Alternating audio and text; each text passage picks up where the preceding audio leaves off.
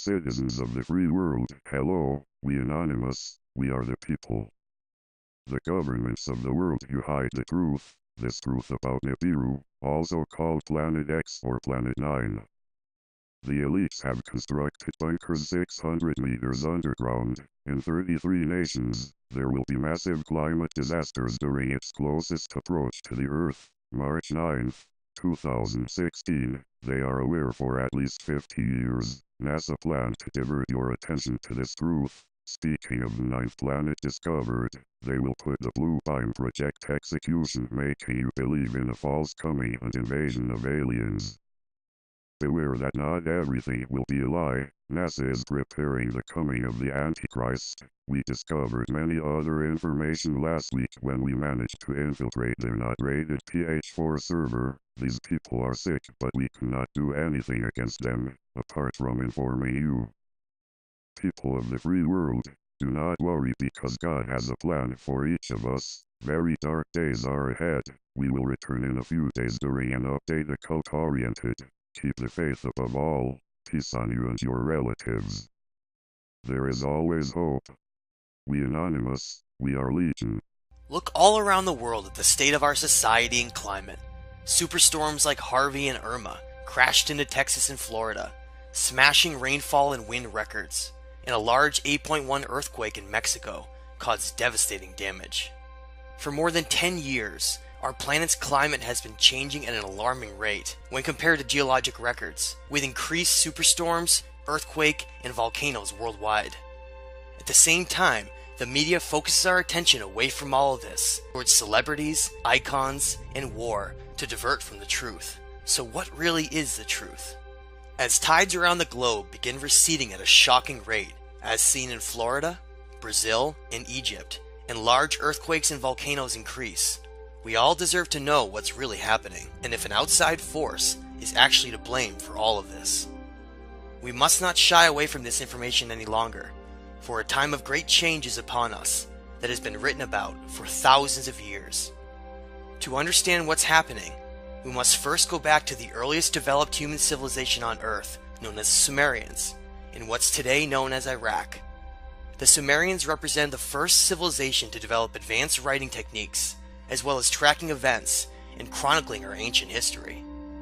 The Sumerians claimed that their knowledge of the stars, writing, agriculture, and social structures were all lowered from heaven by great gods who came from a planet with a long elliptical orbit known as Planet X, or Nibiru, meaning the crossing. The name Nibiru is derived from the unusual elliptical orbit that the planet follows, which takes it through our central solar system every 3,600 years.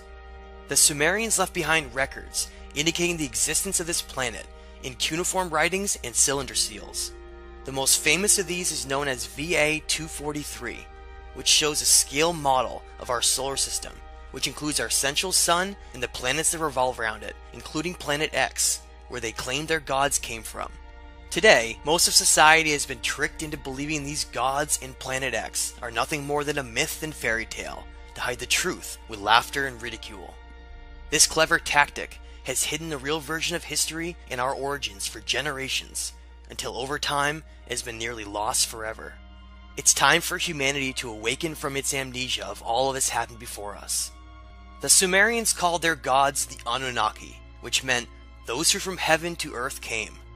The Sumerians wrote in detail about both who the Anunnaki were and the events that led to their arrival on Earth hundreds of thousands of years ago from Planet X.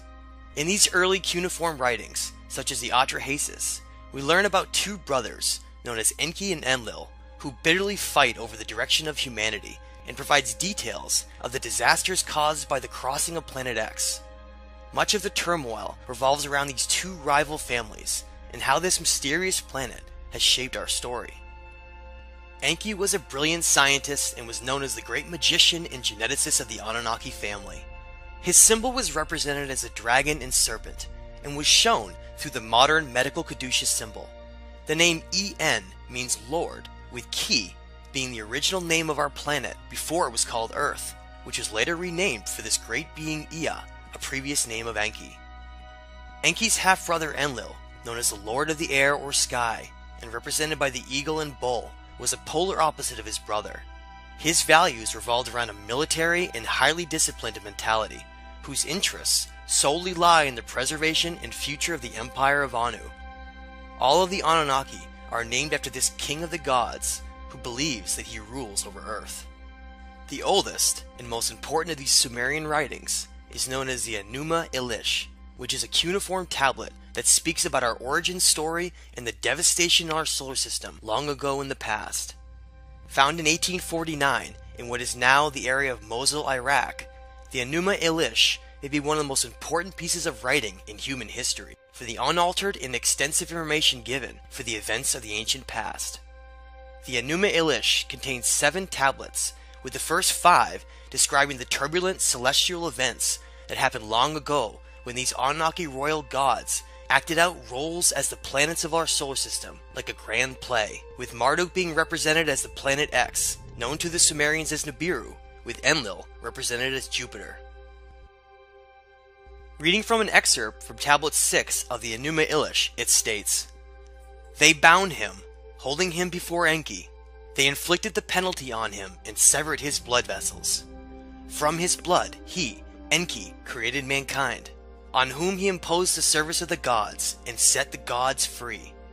After the wise Enki had created mankind and had imposed the service of the gods upon them, the task is beyond comprehension. The gods were then divided, all of the Anunnaki into upper and lower groups. He assigned 300 in the heavens to guard the decrees of Anu, and appointed them as guard." Enlil has always hated humanity and called them the beasts, referencing their primitive nature and compared to their DNA. These brothers were given ownership and responsibility over planet Earth and deemed themselves gods of everything beneath them. Most of our story, and the extensive conflict throughout humanity, all stems from the jealousy that arose between Enlil and his sons over the gifts within the human genome that were instilled secretly by using Enki's own DNA himself. We learned in the Enuma Elish in Atrahasis that the Anunnaki created humanity to ease the workload of the Ajiji, the workforce of the royal family, and to jumpstart the genetics of the Neanderthal with their own DNA to toil in the Absu, which we know is South Africa. Today, thousands if not millions of ancient mining sites, dating to over 100,000 years old, utilizing advanced smelting techniques, have been found all over the region. This is the ancient reason why we still value gold nearly above all else, and is part of our long history of slavery on the planet. We are now just waking up to the truth of all of this. The original purpose behind the creation of Homo sapiens, through the eyes of Enlil, was to become a simple slave race, with only enough intelligence to comprehend basic orders. Even the idea of giving humans more intelligence through splicing their own Anunnaki DNA greatly angered Enlil, and he fiercely opposed it. Unbeknownst to Enlil, his half-brother Enki ended up secretly designing a model of Homo sapien that was far too intelligent and possessed large amounts of Anunnaki DNA that could even rival their greatness as a species. Enki felt great responsibility and compassion for his creation, and endowed Homo sapiens with an advanced brain and higher consciousness, with chakra centers of energy that could be manipulated from a distance in the future in case humanity became enslaved by ideas. When Enlil found out that Enki had given Homo sapiens the gifts of their intelligence and the right to free will through conscious expansion, he was furious and promised to enslave humanity forever and never allow them to know the truth of who they really are. Much of the current reality stems from the promise that has always been kept, and is the purpose behind the inversion of so many meanings that lead back to the truth, such as the demonization of the snake, Enki's symbol. This realization of reality can be uncomfortable to accept, but necessary for growth and perspective. When Enlil was chosen to be the ruler of Earth, instead of his half-brother Enki, a promise that had been made for the ultimate slavery of humanity was orchestrated and carried out 12,800 years ago as the planet crossing, Planet X, approached perihelion, and disaster occurred across the Earth, as told by Atrahasis, who is also known as Noah. This represented the great reset button of humanity, and just the calamity needed by Enlil to permanently enslave humanity by tricking them through the conditioning of certain ideas and laws, so that society would unknowingly give all of their energy away to these gods. The popular figure of the cross, represented by Planet X, meaning the crossing or the sacrifice on the crossing through Marduk's later trickery, was implemented into religion to become a massive control system of information in controlling the minds of all of society. A profound quote to explain this deception and control by Enlil, Ninurta, and Marduk on humanity comes from Barbara Marciniak, which states, "The ultimate tyranny in a society is not controlled by martial law, but controlled by the psychological manipulation of consciousness, through which reality is defined so that those who exist within it do not even realize they are in prison." Underground cities such as Derinkuyu, Turkey, provide startling evidence to show the immense work involved by past cultures to seek shelter during times of violent earth effects from Nibiru. These underground dwellings have been found all over the world and speak to a forgotten chapter of human history, leading back to our current time today, where most of this isn't even believed or known by society to be real. In 1991, Dr. Robert Harrington, the chief astronomer of the US Naval Observatory, took an 8-inch telescope to the end of Black Birch, New Zealand, one of the few optimal viewing points on Earth, and discovered a large planetary body approaching our solar system.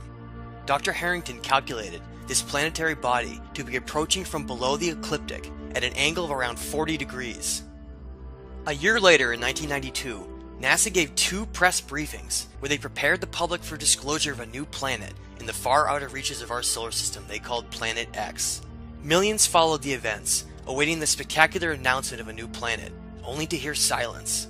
Before Harrington could publish his findings, he mysteriously died of throat cancer, and his research was quickly debunked as simply mathematical inaccuracies. All information and stories about Planet X quickly disappeared, and most forgot it even existed. Today, the Vatican Observatory continuously monitors the heavens from multiple telescopes, awaiting the great return from heaven of the Anunnaki in Planet X. As we approach the fall of 2017, 3,600 years since the last crossing of Nibiru, the return and fulfilling of the prophecy of Revelation 12 seems imminent as events are unfolding across the world. As Planet X reaches perihelion near Earth, the changes we have been seeing will only increase in intensity. Great care must be followed by those living along coastal regions, especially those areas that are very low-lying and prone to flooding. Ocean levels will begin fluctuating dramatically during tidal phases, as well as increased earthquake and volcanic activity. Any large seismic activity could lead to a number of tsunamis along the coast and should be monitored closely. No matter what happens during this pass, records indicate it will not be anywhere near as destructive as the past 12,800 years ago, which led to the end of the Ice Age and the Great Deluge. The biggest impacts from Planet X are likely not going to come from environmental disruptions, but from sweeping change across our social, monetary, political, religious, and scientific understandings. Reality as we know it will change forever once intelligent life is finally announced to the public. All of the silly distractions and ignorance that has plagued our world will melt away with astonishment and wonder once major discoveries in archaeology are revealed that lie under the Great Pyramid of Giza and the Sphinx, known as the Halls of Amente. Our understanding of who we are and our place within the multiverse is just beginning to be understood. This will be a time of weighing our consciousness and measuring our actions to reflect on what kind of being we are and how we can contribute to our timeline story. The Anunnaki gods follow the ancient rules laid down for the balancing of energy during zodiacal cycles. The time of Pisces featured a negative polarity, which is why we saw war dominate the planet for thousands of years. All of these changes represent the great metamorphosis of our time as we enter the positive polarity of Aquarius in the next several years to take the first step on our journey into the cosmos to join our galactic neighbors. What kind of society will we become? One focused on war and material gain by the eagle? Or higher consciousness in the lost teachings of the great dragon Enki?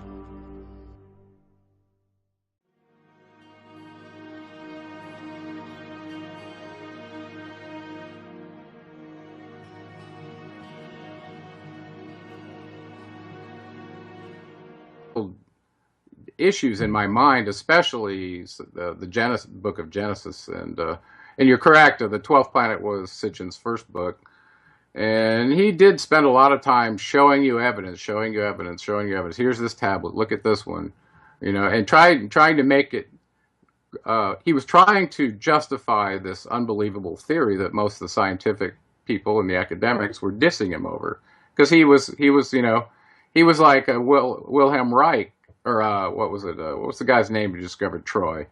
I can't remember his name. He was a German though. But the same problem with him is the academics dissed him, and so he was pretty much out on his own with his own resources. And so I kind of saw that with Sitchin as well. And Sitchin, he left himself open, I think, by writing the Lost Book of Enki and not giving any sources for it. I think it was a great book, and I think it wove together a lot of the pieces that he had from various sources to tell the big story, which he did very well. He was a great writer. But I never felt like I could reference that book without references, so I never really talk about that one. But the 12th planet really opened my eyes to the Sumerian documents, and I'd been looking for a culture that had the earliest writing, so I could kind of go back to the source and go, well, where did this technological chasm come between different civilizations? That's how I was approaching it. And then I read, I think, Genesis Revisited from him, and this really made me go back and read the Bible again closely. And I started seeing things from the perspective now, having read all the Sumerian documents, that made a lot more sense to me. And with that perspective, you could differentiate the truth from a lie a lot more readily. And so when you go back and read Genesis 1, and you see that that these gods, plural, created man in our image and our likeness, and then go read the Atrahasis account, where a council meeting of the Anunnaki specified exactly that, and I mean plural. There were 6 men and 6 women on this council. So, you start seeing those kind of correlations as well once you've read the Sumerian documents, which predated the Bible by a very long time.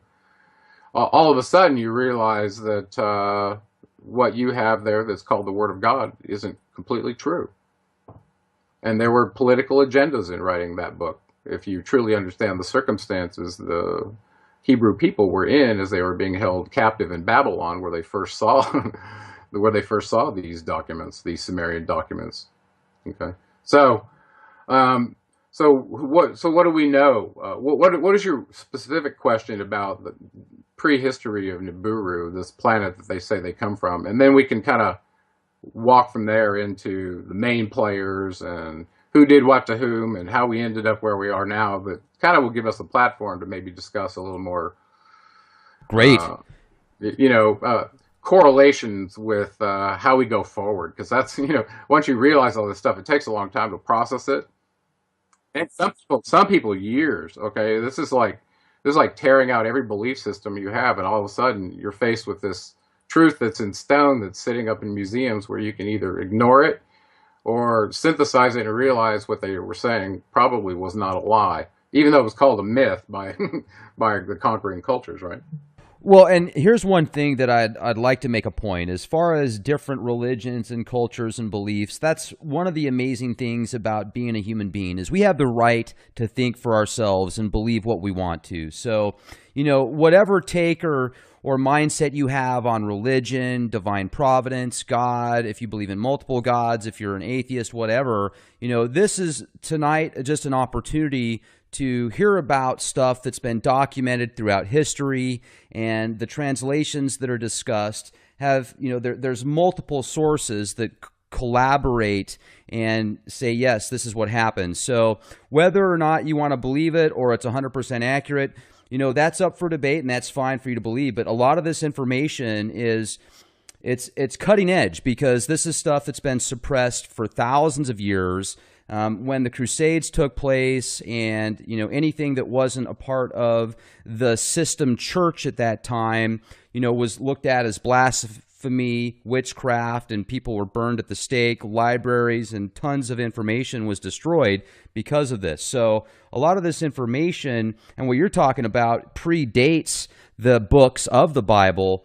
And that's just incredible. So I would like to talk about the 6 women and the 6 men that were part of it, and we'll get into some of the names and the correlations of the biblical references, maybe the Greek gods, and maybe even if they connect to the Vedic gods, Valhalla and some of the Nordics and stuff. But my question was about Nibiru.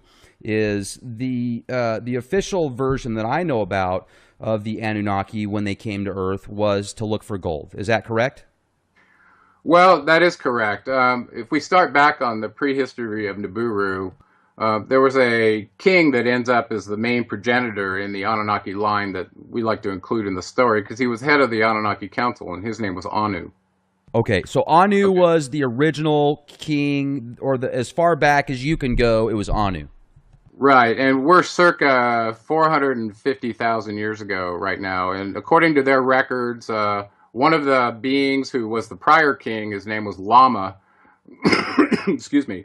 He was discussing problems in their atmosphere, whether to bolster their atmosphere to protect themselves against radiation using the volcanoes to reactivate them by firing missiles into them, or to create a particulate solution to seed the atmosphere. And this was a discussion they were having way back then, because you have to understand, in the myths of Mesopotamia, there's a document in there called the Atrahasis, written by Stephanie Dalley. And the document is, I'm sorry, the Enuma Elish. There's Atrahasis as well, but the Enuma Elish is the Babylonian or the Sumerian cosmogony, which essentially describes how our solar system came to be. And why it's important to them is because, according to the account, their planetary system, we call it the Nibiru constellation, all right? It looks like they have a mini sun and about 7 planets total. And each planet may have a couple of satellites. Okay. Well, anyway, this constellation somehow, according to their record, in this allegory of this epic battle in space with, think of the planets as billiard balls that are just flying around. Well, they somehow got trapped into our sun's orbit, in a retrograde orbit, according to them, that they weren't in before. And after the first time through, they described all the things they were doing at the inner planets to prepare themselves for shielding radiation, have to blow this up to get it out of the way, all these kind of things. And we didn't really understand it until we got a little more scientific, I think. They were talking about using weapons that could split an entire planet. You know, and that reminds me of like a Type 2 civilization. Right. So anyway, they had atmospheric problems without getting too lost there. They're in a 3600 retrograde orbit, according to them. They kept time in that method in what was called a shar. Even the Sumerian kings list, their reigns were listed in shars. Okay, and if you read the Sumerian kings list that was given to us by Berossus, it shows the first one having a reign of 8 shars, which turns out to be 28,800 years. As unbelievable as that is, and we'll get to that. Okay, but keep that in mind. So they got trapped in this retrograde orbit. It gives them a platform, a moving platform, to see all the other planets that are already in this space. Well, they didn't get out that easily. They apparently had some collisions about the second time around their 3,600-year orbit, such that one of the satellites of Nibiru struck a planet that was in the place where the Earth is now. They called it Tiamat. It broke part of it off. Part of it became the Earth, and the other part became the asteroid belt. And at that point, one of the moons of Nibiru apparently got stuck in its orbit, and they called that one Kingu, which is our moon, which is unusually large for our planet, you have to admit. So anyway, so a lot of these stories they told in this Enuma Elish account, we're now verifying scientifically that what they said is true. And this document is quite old. So from there, they needed a solution, because if you imagine a planetary system coming into perihelion with the sun every 3,600 years, what it would do to your atmosphere. It'd probably strip it of various components that would normally be there, either through magnetic effects, through plasma discharge and radiating it, who knows, okay? But apparently they had this need to keep bolstering their atmosphere, which, and I think they knew in the long run it was a losing battle to continue to do this. They needed a long-term solution, and I think that's partly where the Earth came in their long-term plans. But anyway, they had an occlusion account in their Enuma Elish with the Earth, so they knew about it, and they called the planet Ki. Okay, and they counted from the outside in, from their perspective, since when they were out aphelion, they were the farthest planet out. So they counted inward, the planets inward, and that if you count that way, the Earth is number 7. That's why I named my second book The Seventh Planet. Okay. So with this problem that they had, the king Anu decided to dispatch his chief scientist, who was called Enki. It was his firstborn son. He was sent to the Earth to do a couple of things. One of the primary things was to find resources to bolster the atmosphere back on Nibiru as they were coming into perihelion with the sun again. So some accounts show that he was looking in the Persian Gulf initially. That's where he splashed down and built the city of Eridu, which is right there where the Tigris and the Euphrates meet, running through the Sea of Reeds into the Persian Gulf. Okay, so that's, according to him, if he did that when he said he did it, that city's 450,000 years old, and it's still sitting there in the desert in Iraq, pretty much, I don't know, like a pile of rubble.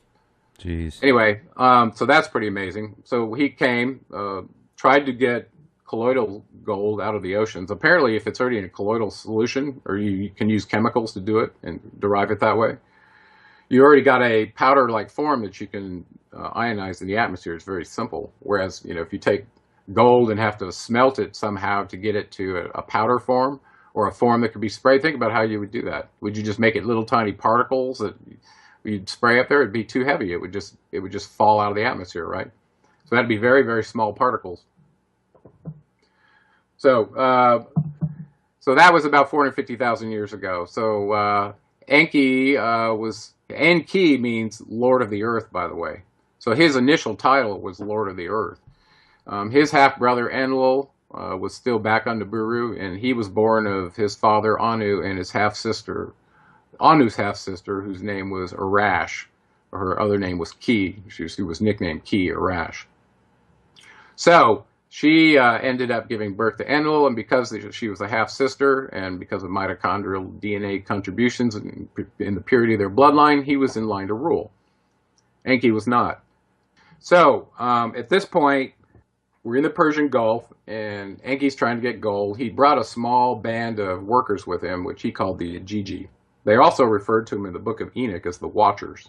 These were highly technical fellow gods that generally ran spacecraft, low Earth drones, all kinds of technical things to watch the state of the simulator to report back to the higher ups, okay, whether it was an asteroid coming in or too much radiation, just whatever, okay. That's partly why they were called the Watchers. So they were there to assist Enki in getting this gold from the Persian Gulf. Apparently they didn't get it fast enough. 5,000 years elapsed. They ended up being vectored to South Africa, where the Atrahasis document picks up. So at this point, apparently they weren't getting gold fast enough from the Persian Gulf, and they got vectored down to Africa, where they could mine it more significantly. This is where the Atrahasis picked up. And in the beginning of this first tablet of the Atrahasis, it describes them casting lots to divide up the territories between some of the key players that we should lay out here. We've already mentioned Anu and Enki. Enlil was the other one. The one we didn't mention was the half-sister to both of them, whose name was Nin-Hartsog. And later on, we'll find out her name was Isis in Egypt. She was the medical officer that accompanied them. She was very important, because if one of them had a child with her, it would be in line to rule, because of this half-sister mitochondrial DNA thing. So she was kind of a key player for that reason as well. Okay. So they end up casting lots. Enki gets Africa. Anu goes back to Nibiru. Enlil gets Mesopotamia. And the exemption is that the temple of Eridu and the city that Enki built there with his original Ajiji Watchers still belonged to him. And apparently he had a garden there, and he'd done all kinds of things in 5,000 years until his brother showed up. At this point, they've divided the territory. I left Inanna out. She got the Indus Valley. Okay, then Enki's in Africa. Oh, and the medical officer actually got some territory. Even though she was a medical officer, she got given the Bond Heaven Earth region up in the Sinai Peninsula that belonged to the Anunnaki.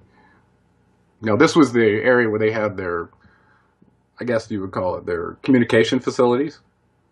Okay. And also transport facilities for moving the ore back to Nibiru, whether it went directly or via a way station. I'm thinking of those in Peru or somewhere out there. They had those ginormous, like, landing pads and very big